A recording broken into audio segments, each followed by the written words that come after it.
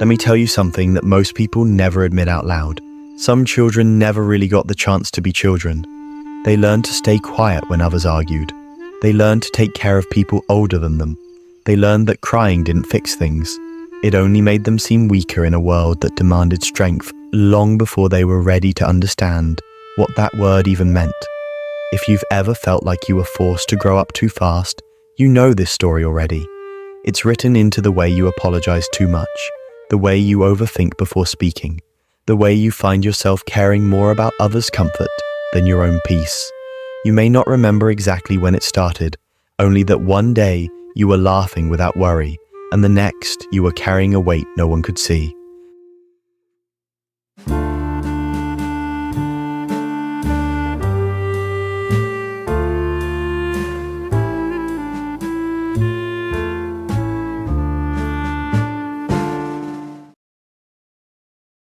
For some kids, childhood ends the moment they realize no one is coming to fix things.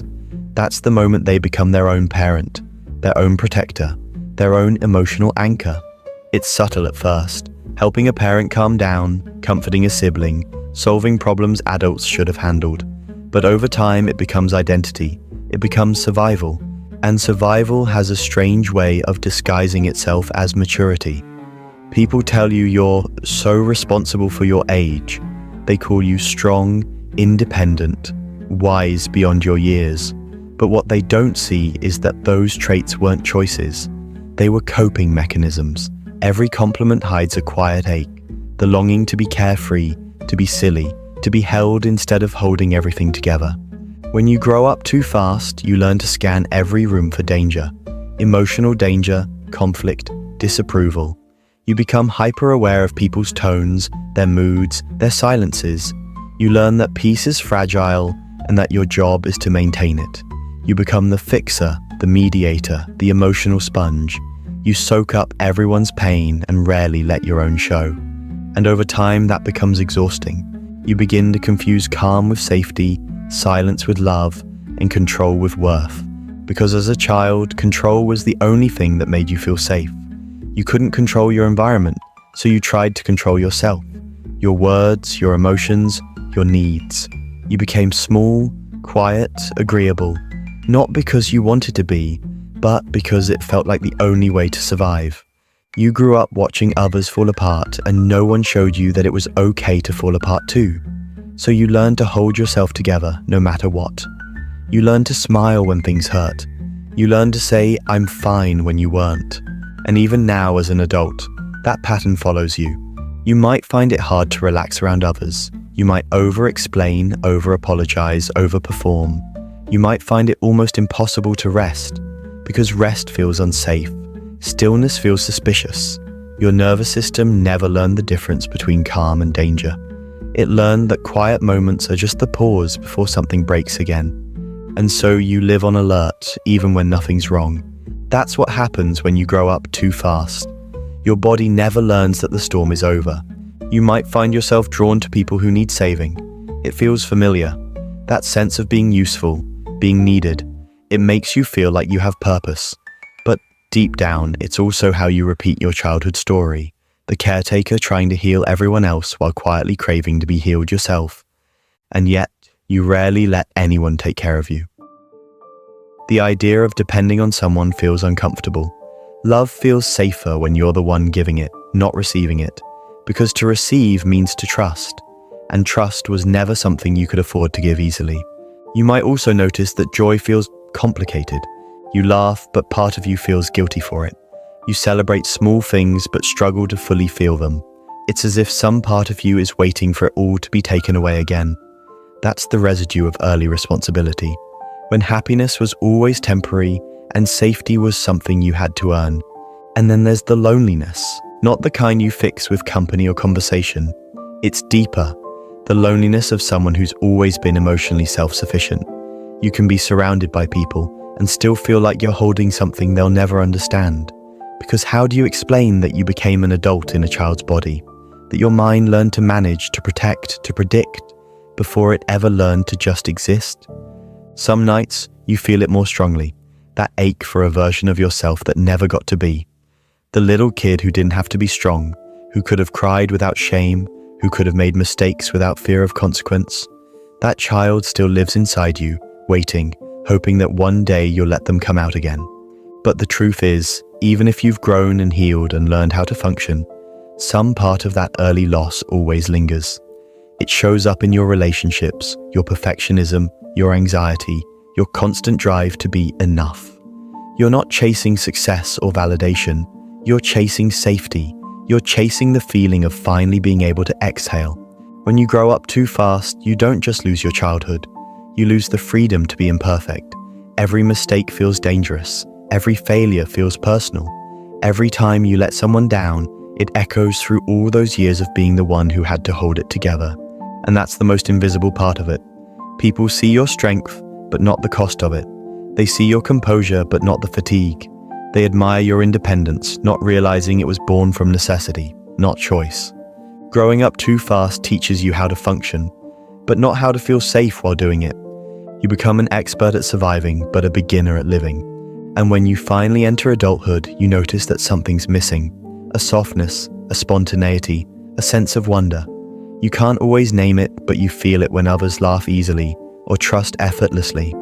You feel it when people seem carefree in ways that make no sense to you, because your brain never learned that safety doesn't always have to be earned. You start to realize that what you called maturity was actually hypervigilance. What you thought was strength was suppression, and what everyone praised as independence was really isolation disguised as competence. But even then, you don't blame anyone. You understand too much. You see why people acted the way they did. You empathize with everyone. Maybe too much, because that's what growing up too fast does. It teaches you compassion, but it also teaches you silence. You see everyone's pain except your own, and yet you can't unsee the truth forever. At some point, you start to feel that pull, the need to reconnect with what was lost, the need to feel joy without guilt, to rest without fear, to be loved without earning it. That's when the real journey begins, not toward becoming something new, but toward remembering what you were before you had to grow up so soon. Because the child you used to be is still waiting, and they don't need you to be perfect. They just need you to come back. To understand the psychology of a child who grew up too fast, we have to start with one fundamental truth. No child becomes mature early by choice. It's not ambition that makes a child act like an adult. It's adaptation. It's what the human mind does when love becomes unpredictable or safety becomes conditional. Psychologically, this is often called parentification, when a child takes on emotional or practical responsibilities that belong to adults. But labels only explain the surface. Underneath, what's really happening is the brain learning one message too early. If I don't take care of everything, everything will fall apart.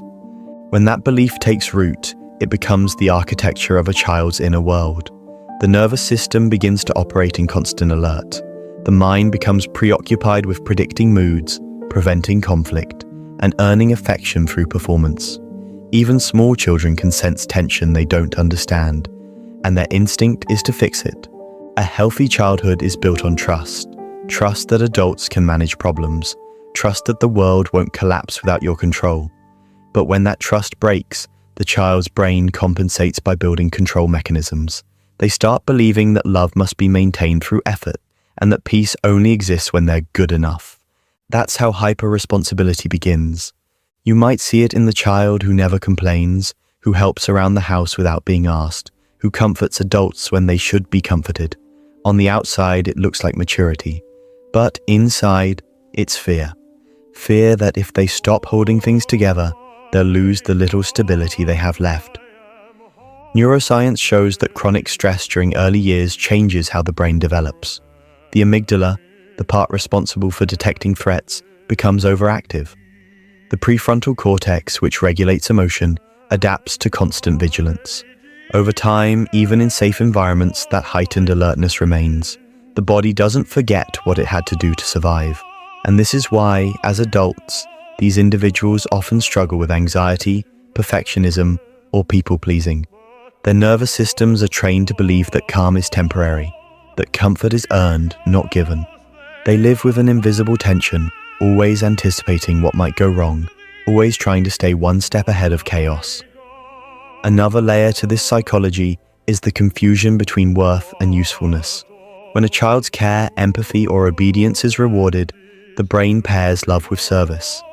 The message becomes, I'm valuable when I'm helping. I'm lovable when I'm useful. This belief doesn't fade with age, it matures into adult behavior. You see it in the friend who always listens but never opens up, the employee who overworks to avoid disappointing others, the partner who sacrifices their needs to maintain harmony. Underneath it all is the same emotional blueprint. If I stop being useful, I might stop being loved. There's also something deeply psychological about how these children handle emotion. When feelings were never safe to express, maybe because no one listened or emotions led to conflict, they learned to suppress rather than release. Anger turns into guilt. Sadness becomes numbness. Even happiness feels risky because it draws attention. So they flatten their emotions to stay invisible. This is called emotional inhibition, and it becomes a habit that shapes adult life. People who grew up too fast often describe feeling detached from their own feelings. They can describe emotions but rarely feel them fully. They intellectualize pain instead of experiencing it, because feeling it might open doors they spent years learning to keep shut. And then there's attachment. When childhood love was inconsistent, sometimes warm, sometimes distant, the child's brain learned to adapt through what psychologists call anxious attachment. That means constantly scanning for signs of withdrawal, rejection, or disappointment. It's not paranoia, it's pattern recognition. The brain remembers instability and mistakes it for normalcy. That's why, as adults, they often oscillate between closeness and distance. They crave connection but fear dependency. They want to trust but anticipate betrayal. It's a push-pull dynamic that feels confusing, but it's really just a reenactment of old survival patterns. Every adult who grew up too fast carries two selves inside, the mature protector and the forgotten child. The protector handles life, pays bills, manages emotions, solves crises. The child, though, remains stuck in time, still waiting to feel safe enough to play. Most of the inner conflict in adulthood happens between these two parts. The protector says, "We have to stay strong," while the child whispers, "I just want to rest." And sometimes the protector wins for too long. That's when burnout happens, emotional exhaustion from constantly being the responsible one. The person starts to feel like life is something to manage, not experience. Even joy feels like another task. But here's the thing, even though these behaviors were born from pain, they're also evidence of resilience. A child who grows up too fast is a child who found a way to survive when they shouldn't have had to. Their empathy, their maturity, their awareness, these are incredible strengths. The problem isn't that they developed them. The problem is that they never learned how to turn them off. So what happens psychologically when they finally reach adulthood? They often experience what psychologists call delayed adolescence, not in the childish sense, but in the emotional one. Because they skipped parts of childhood, they enter adulthood with unmet needs resurfacing. They may start craving freedom, play, or exploration. They may rebel against routines they once followed perfectly. It's not regression, it's recovery.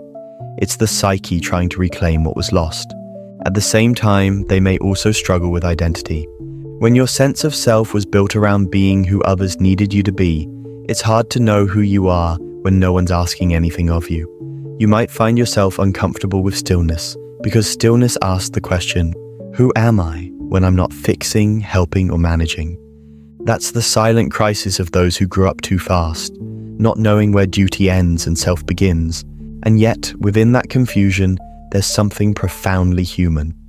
Because even though early responsibility can leave deep imprints, it also cultivates rare qualities: empathy, insight, intuition.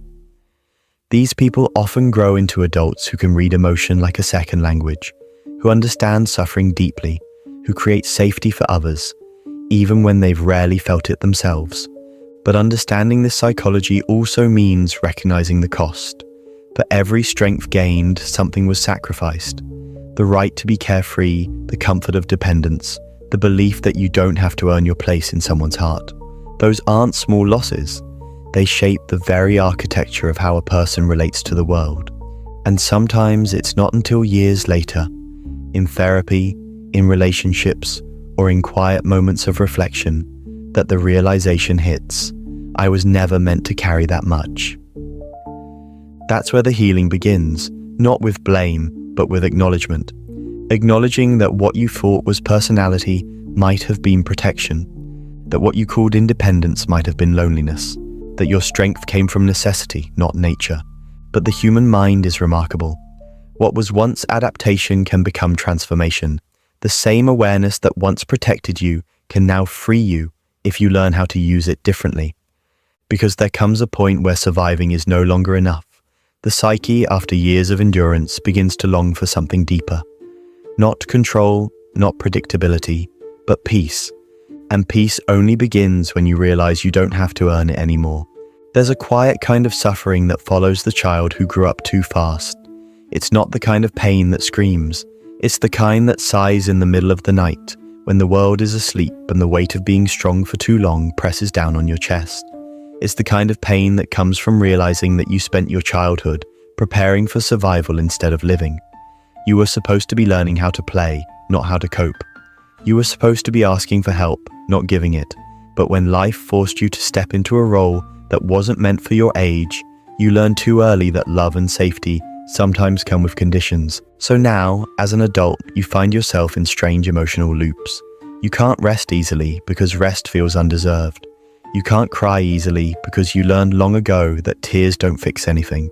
You crave love deeply, yet you push it away when it gets too close. You overthink small moments, replaying conversations, scanning for signs of rejection, because a part of you still believes that if you can just be good enough, you won't lose people again. This is the wound of early responsibility. It turns children into caretakers and adults into ghosts of themselves. And the saddest part is that many don't even realize they're still living by the same rules they made as kids to survive. Rules like, don't need too much, don't show weakness, always be okay. They were once shields, but now they're cages. The child who grew up too fast becomes the adult who can't relax into love. Because love to them isn't something soft. It's something they must earn. It's a performance, not a presence. Even in relationships, they often feel like outsiders, like they're watching life happen from behind glass. And when they do finally allow themselves to trust, it's fragile. One misunderstanding can trigger the old fear that everything stable can vanish in a moment. You see, growing up too fast doesn't just steal your childhood, it steals your sense of safety. And safety is the foundation of emotional freedom. Without it, you learn to live in survival mode. And survival mode is efficient but never peaceful. It gets things done, but it doesn't let you feel. So you become someone who looks fine, maybe even successful. You hold it all together, smile politely, and function almost perfectly. But inside, there's an exhaustion that no amount of sleep fixes. It's the fatigue of always being on, the fatigue of constantly managing emotions, your own and others. The journey to healing this isn't about becoming someone new. It's about remembering who you were before the world asked you to grow up. The real you, the one who used to dream without fear, laugh without control, and believe without calculation, is still there, waiting underneath the layers of responsibility and restraint. Healing is about slowly unlearning the reflex of self-abandonment. It's about giving yourself permission to be small again, to rest, to need, to cry, to ask, to not know. It's strange how terrifying softness can be to those who grew up too fast. Vulnerability feels dangerous because, as children, it was. When you cried, no one came. When you asked, no one listened. When you failed, no one caught you. So your nervous system learned that vulnerability equals pain. But healing begins when you start gently teaching yourself that it's safe now, that you're no longer in the same house, or with the same people, or living under the same silence. The adult you is allowed to build a different reality, one where you are not constantly the parent, the protector, or the peacekeeper, one where you can say, I'm tired, and it's okay, one where love doesn't depend on perfection but presence. You will probably grieve, not just the childhood you lost, but the version of yourself that had to pretend to be older, stronger, wiser than they really were.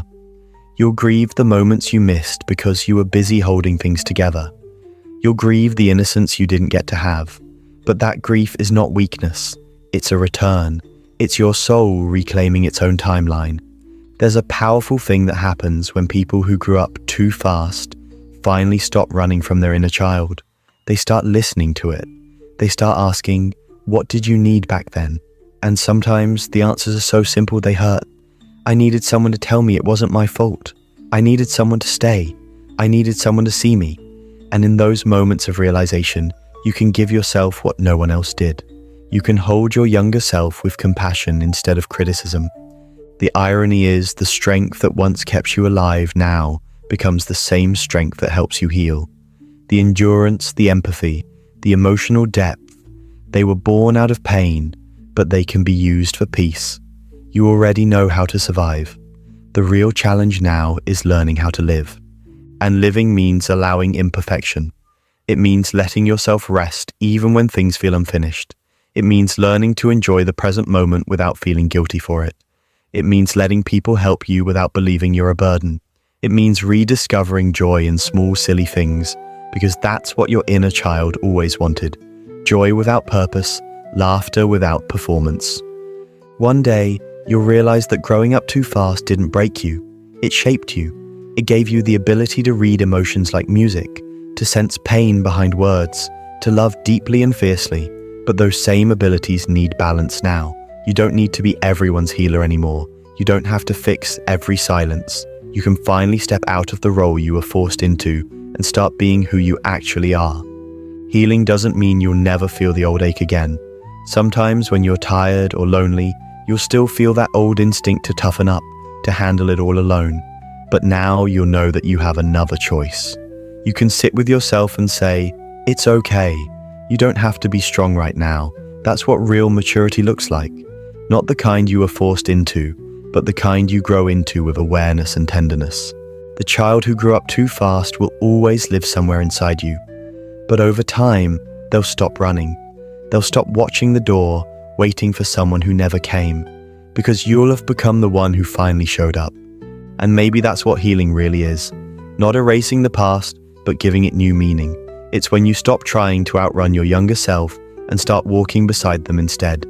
It's when you finally feel safe enough to set down the armor, to breathe without bracing, to live without apologizing. The world might never know the weight you carried or the nights you spent being your own protector, but you will. And that quiet knowing that you made it, that you're still here, that you're learning to be soft again, is proof of something miraculous. That even after being forced to grow up too soon, it's never too late to grow up again, this time in your own way. Because healing isn't about becoming strong, you already are. Healing is about feeling safe enough to be gentle again. And maybe, just maybe, that's what growing up was always meant to be.